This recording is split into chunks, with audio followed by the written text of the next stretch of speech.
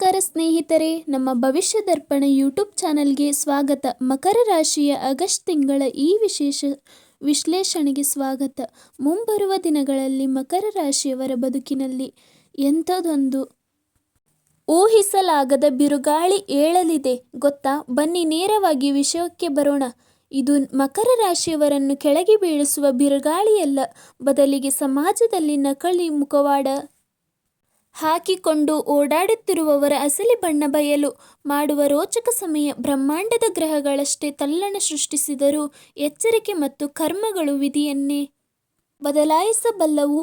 ಈ ಆಗಸ್ಟ್ ತಿಂಗಳಲ್ಲಿ ನಾಳೆಯ ಮೇಲಿನ ಒಂದು ಸಂಘ ನಿಯಂತ್ರಣ ತಪ್ಪಿದರೂ ಸಾಕು, ವರ್ಷಗಳ ಕಷ್ಟದ ದುಡಿಮೆ ನೀರಿನಲ್ಲಿ ಹೋಮ ಮಾಡಿದಂತಹ ಆಗಬಹುದು ಅನ್ನೋದನ್ನು ಈ ಮೂಲ ಮಾಹಿತಿಗಳು ನಮಗೆ ಸ್ಪಷ್ಟವಾಗಿ ಎಚ್ಚರಿಸುತ್ತಿವೆ. ಮಕರ ರಾಶಿಯವರು ಕಳೆದ ಕೆಲವು ವರ್ಷಗಳಿಂದ ಪಟ್ಟ ಕಷ್ಟಗಳಿಗೆ ಕೊನೆಯೇ ಇಲ್ಲ ಅನ್ನೋ ಪ್ರಶ್ನೆ ಖಂಡಿತ ಕಾಡಿರಬಹುದು.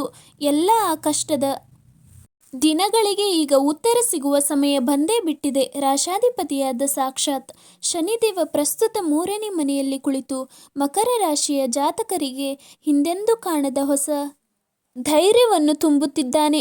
ಈ ವರ್ಷದ ಧೈರ್ಯ ಹಳೆಯ ಹೋರಾಟಗಳಿಗೆ ಮತ್ತು ನೋವುಗಳಿಗೆ ಒಂದು ತಾರ್ಕಿಕ ಅಂತ್ಯವನ್ನು ಹಾಡಲಿದೆ. ಸಾಡೆ ಸಾತಿಯ ಅಂತ್ಯ, ಹೌದು, 7.5 ವರ್ಷಗಳ ಸಾಡೆ ಸಾತಿಯ ಆ ನರಕ ಯಾತನೆ ಈಗ ಮುಗಿದಿದೆ. ಆದರೆ ಇಲ್ಲೊಂದು ವಿಷಯವನ್ನು ನಾವು ಬಹಳ ಸ್ಪಷ್ಟವಾಗಿ ಅರ್ಥ ಮಾಡಿಕೊಳ್ಳಬೇಕು. ಸಾಡೆ ಸಾತಿಯಿಂದ ಬಿಡುಗಡೆಯಾದ ತಕ್ಷಣ ರಾತ್ರೋರಾತ್ರಿ ಯಾರೂ ಕೋಟ್ಯಾಧಿಪತಿ ಆಗಿ ಬಿಡುವುದಿಲ್ಲ. ಇದೊಂದು ಹೊಸ ಅಧ್ಯಯನದ ಆರಂಭವಷ್ಟೇ. ಇಲ್ಲಿ ಶಿಸ್ತು, ಕಠಿಣ ಪರಿಶ್ರಮ ಮತ್ತು ಅಪಾರವಾದ ತಾಳ್ಮೆ ಅತ್ಯಂತ ಅವಶ್ಯಕವಾಗಿದೆ.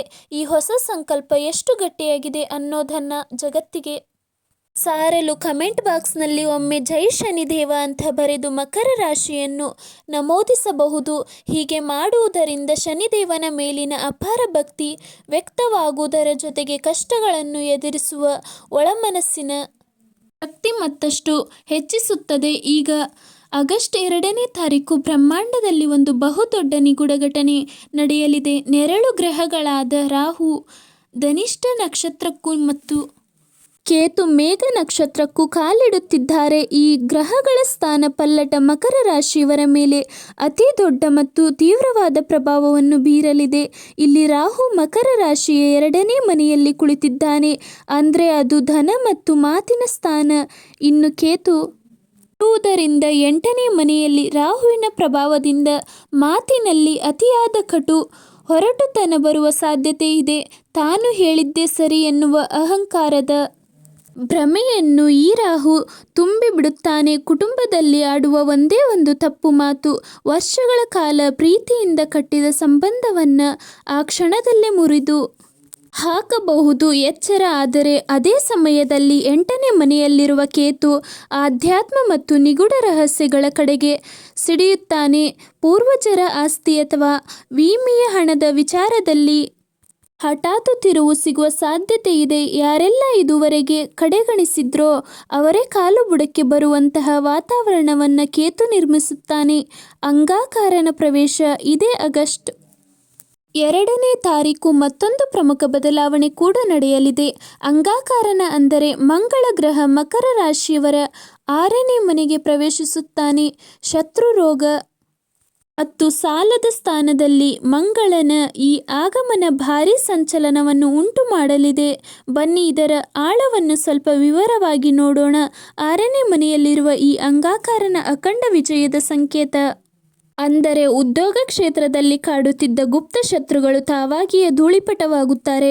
ಕೋರ್ಟ್ ಕಚೇರಿ ವ್ಯವಹಾರಗಳೇನಾದರೂ ಇದ್ದರೆ ಅದೀಗ ಮಕರ ರಾಶಿಯವರ ಪರವಾಗಿ ಬರಲಿದೆ. ಕಾನೂನು ಹೋರಾಟಗಳಲ್ಲಿ ಸಂಪೂರ್ಣ ಜಯ ಬೀಸುವುದು ಖಚಿತ. ಆದರೆ ಮಂಗಳ ಎಂದರೆ ರಕ್ತ ಮತ್ತು ಕೋಪ. ದೇಹದಲ್ಲಿ ಉಷ್ಣ ಬಾಧೆ ಅಥವಾ ರಕ್ತದೊತ್ತಡದ ಏರುಪೇರುಗಳು ದಿಢೀರನೆ ಕಾಣಿಸಿಕೊಳ್ಳಬಹುದು. ಸಾಲ ಪಡೆಯುವಾಗ ಅಥವಾ ಯಾರಿಗಾದರೂ ಗ್ಯಾರಂಟಿ ಸಹಿ ಹಾಕುವ ಮುನ್ನ 10 ಬಾರಿ ಯೋಚಿಸಲೇಬೇಕು. ಆತುರದಲ್ಲಿ ಹಾಕುವ ಒಂದು ಸಹಿ ದೊಡ್ಡ ಸಾಲದ ಸುಳಿಗೆ ದೂಡಬಹುದು ಎಂದು ಈ ಜ್ಯೋತಿಷ್ಯ ಮಾಹಿತಿಗಳು ಕಟ್ಟುನಿಟ್ಟಾಗಿ ಎಚ್ಚರಿಸುತ್ತಿವೆ. ಏನು ಈ ತಿಂಗಳು ಅತ್ಯಂತ ಅಪಾಯಕಾರಿ ಮತ್ತು ನಿಗೂಢ ಘಟನೆಯೊಂದು ಆಗಸ್ಟ್ 15ರಂದು ನಡೆಯಲಿದೆ. ಹೌದು, 15ನೇ ತಾರೀಕು. ಈ ದಿನಾಂಕ ಇಡೀ ಬದುಕಿನ ದಿಕ್ಕನ್ನೇ ಬದಲಾಯಿಸುವ ಅಗಾಧ ಶಕ್ತಿಯನ್ನು ಹೊಂದಿದೆ. ಮಹಾಗ್ರಹ ಯುದ್ಧ ಆಗಸ್ಟ್ 15ರಂದು ಮಕರ ರಾಶಿಯ 7ನೇ ಮನೆಯಲ್ಲಿ ದೇವಗುರು ಬೃಹಸ್ಪತಿ ಮತ್ತು ಬುಧ ಗ್ರಹಗಳ ನಡುವೆ ನೇರವಾದ ಸಂಘರ್ಷವೇ ನಡೆಯಲಿದೆ. ಬ್ರಹ್ಮಾಂಡದಲ್ಲಿ ನಡೆಯುವ ಈ ಗ್ರಹ ಯುದ್ಧ ಭೂಮಿಯ ಮೇಲಿನ ಆಗುಹೋಗುಗಳ ಮೇಲೆ ನೇರ ಪರಿಣಾಮ ಬೀರಲಿದೆ. ಜ್ಞಾನ ಕರೋಷಿ ಧರ್ಮಜ್ಜ ಬುದ್ಧಿಹೀನಸ್ಯ ಸೌಖ್ಯಂ ಎಂದರೆ ಜ್ಞಾನ ಮತ್ತು ಬುದ್ಧಿ ಎರಡೂ ಒಂದೇ ಕಡೆ ಸಂಘರ್ಷ ಕೇಳಿದಾಗ ಮನುಷ್ಯನ ವಿವೇಚನಾ ಶಕ್ತಿ ಕುಂದುತ್ತದೆ. ಪ್ರಸ್ತುತ ಗುರುಗ್ರಹಕ್ಕೆ ಉಚ್ಚ ಸ್ಥಾನದಲ್ಲಿದ್ದರೂ ಸೂರ್ಯನಿಂದಾಗಿ ಅಸ್ತಂಗತನಾಗಿದ್ದಾನೆ. ಅಂದರೆ ಅವನ ಶಕ್ತಿ ಕ್ಷೀಣಿಸಿದೆ. ಇದರಿಂದ ಸಮಾಜದಲ್ಲಿನ ಪ್ರತಿಷ್ಠೆ ಗೌರವದ ಮೇಲೆ ಸ್ವಲ್ಪ ಸಕಾರಾತ್ಮಕ ಪರಿಣಾಮ ಬೀರುವ ಸಾಧ್ಯತೆಗಳಿವೆ. ಈ ಮಹಾಗ್ರಹ ಯುದ್ಧ ವೈವಾಹಿಕ ಜೀವನ ಮತ್ತು ಪಾಲುದಾರಿಕೆಯ ಮೇಲೆ ತೀವ್ರವಾದ ಪರೀಕ್ಷೆಯನ್ನು ಒಡ್ಡಲಿದೆ. ಸಂಗಾತಿಯ ನಡುವೆ ಅಂತರ ಬೆಳೆಯಬಹುದು, ಜೊತೆಗಿದ್ದರೂ ಒಂಟಿತನ ಕಾಡಬಹುದು. ವ್ಯಾಪಾರ ವ್ಯವಹಾರಗಳಲ್ಲಿ ಪಾಲುದಾರಿಕೆಯೊಂದಿಗೆ ಹಣಕಾಸಿನ ವಿಷಯದಲ್ಲಿ ದೊಡ್ಡ ತಪ್ಪು ತಿಳುವಳಿಕೆಗಳು ಮೂಡುತ್ತವೆ.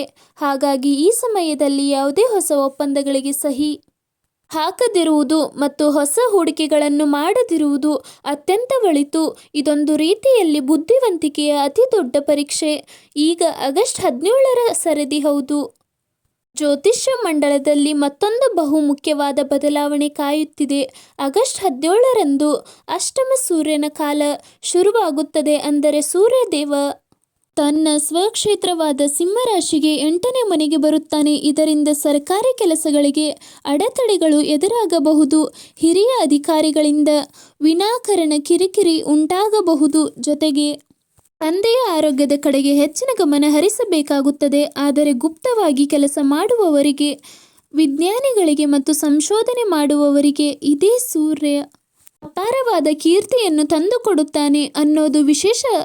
ಸಿದ್ಧ ಪುರುಷರ ಪವಿತ್ರ ಪರಿಹಾರಗಳು ಮಕರ ರಾಶಿಯವರನ್ನು ಗ್ರಹಗಳು ಕೇವಲ ಪರೀಕ್ಷಿಸುತ್ತಿವೆಯೇ ಹೊರತು ಶಿಕ್ಷಿಸುತ್ತಿಲ್ಲ ಅನ್ನೋದನ್ನು ನಾವಿಲ್ಲಿ ಸ್ಪಷ್ಟವಾಗಿ ಅರ್ಥ ಮಾಡಿಕೊಳ್ಳಬೇಕು. ಶ್ರಮಕ್ಕೆ ತಕ್ಕ ಫಲ ಸಿಗುವಂತೆ ಮಾಡಲು ಪ್ರಾಚೀನ ಸಿದ್ಧ ಪುರುಷರ ತಿಳಿಸಿರುವ 2 ಅತ್ಯಂತ ಅಪರೂಪದ ಮತ್ತು ರಹಸ್ಯವಾದ ಪರಿಹಾರಗಳನ್ನು ಈ ವಿಶ್ಲೇಷಣೆಯಲ್ಲಿ ನೀಡಲಾಗುತ್ತಿದೆ. ಇವು ಅತ್ಯಂತ ಶಕ್ತಿಶಾಲಿ ಪರಿಹಾರಗಳು. ಮೊದಲನೇ ಪರಿಹಾರ ಕಪಿಲ ತರ್ಪಣ ಮತ್ತು ಪಿತೃಮಗ ಶಾಂತಿ. ಆಗಸ್ಟ್ ತಿಂಗಳ ಯಾವುದೇ ಶನಿವಾರದಂದು ಒಂದು ತಾಮ್ರದ ಪಾತ್ರೆಯಲ್ಲಿ ಶುದ್ಧ ನೀರನ್ನು ತೆಗೆದುಕೊಂಡು ಅದಕ್ಕೆ ಸ್ವಲ್ಪ ಕಪ್ಪು ಎಳ್ಳು ಮತ್ತು ಬಿಳಿ ಸಾಸಿವೆಯನ್ನು ಹಾಕಬೇಕು.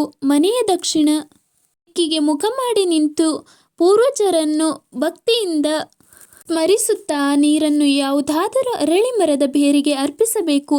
ನೀರನ್ನು ಅರ್ಪಿಸುವಾಗ ಈ ಮಂತ್ರವನ್ನು ಜಪಿಸಬೇಕು. ಓಂ ಪ್ರಾಂ ಪ್ರೀಂ ಪ್ರಾಂ ಸಹ ಕೇತುವೇ ನಮಃ.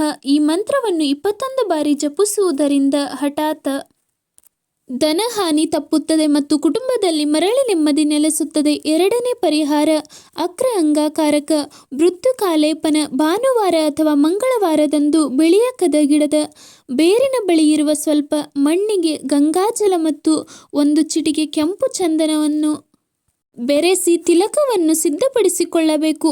ಪ್ರತಿದಿನ ಸ್ನಾನದ ನಂತರ ಹಣೆಗೆ ಮತ್ತು ನಾಭಿಗೆ ಈ ತಿಲಕವನ್ನು ಇಟ್ಟುಕೊಳ್ಳುವುದರಿಂದ ದೇಹದ ಸೂರ್ಯನಾಡಿ ಮತ್ತು ಮಂಗಳನಾಡಿ ಸಂಪೂರ್ಣವಾಗಿ ಸಮತೋಲನಕ್ಕೆ ಬರುತ್ತದೆ. ಅಂತಿಮವಾಗಿ ನಮ್ಮದು ಒಂದು ಪ್ರಬಲವಾದ ಪ್ರಶ್ನೆ. ಕಾರ್ಯಗಳು ಸೂರ್ಯ ಮತ್ತು ಮಂಗಳನ ಶಕ್ತಿಗಳನ್ನು ಒಗ್ಗೂಡಿಸಿ ಮುಂಬರುವ ದಿನಗಳಲ್ಲಿ ಪವಾಡವನ್ನು ಸೃಷ್ಟಿಸಬಲ್ಲವೆ? ಖಂಡಿತ. ಈ ತಿಲಕವು ದೃಷ್ಟಿದೋಷ ಮತ್ತು ಉದ್ಯೋಗದ ಶತ್ರು ಬಾಧೆಯನ್ನು ಬೇರು ಸಹಿತ ನಿವಾರಿಸುವ ಅದ್ಭುತ ಶಕ್ತಿಯನ್ನು ಹೊಂದಿದೆ. ಇಂಥದ್ದೇ ಆಳವಾದ ಜ್ಯೋತಿಷ್ಯದ ರಹಸ್ಯಗಳನ್ನು ತಿಳಿಯಲು ಮತ್ತು ಬದುಕನ್ನು ಉತ್ತಮಗೊಳಿಸುವ ಮಾಹಿತಿಗಳನ್ನು ಪಡೆಯಲು ನಮ್ಮ ಈ ವಿಶ್ಲೇಷಣೆಗಳನ್ನು ನಿರಂತರವಾಗಿ ವೀಕ್ಷಿಸುತ್ತೀರಿ. ಜ್ಞಾನದ ಈ ಪ್ರಯಾಣ ಹೀಗೆ ಮುಂದುವರಿಯಲಿ. ವಿಡಿಯೋ ಇಷ್ಟ ಆದರೆ ಲೈಕ್ ಮಾಡಿ ಮತ್ತು ನಮ್ಮ ಭವಿಷ್ಯ ದರ್ಪಣ ಚಾನಲ್ ಸಬ್ಸ್ಕ್ರೈಬ್ ಮಾಡಿಕೊಳ್ಳಿ. ಧನ್ಯವಾದಗಳು.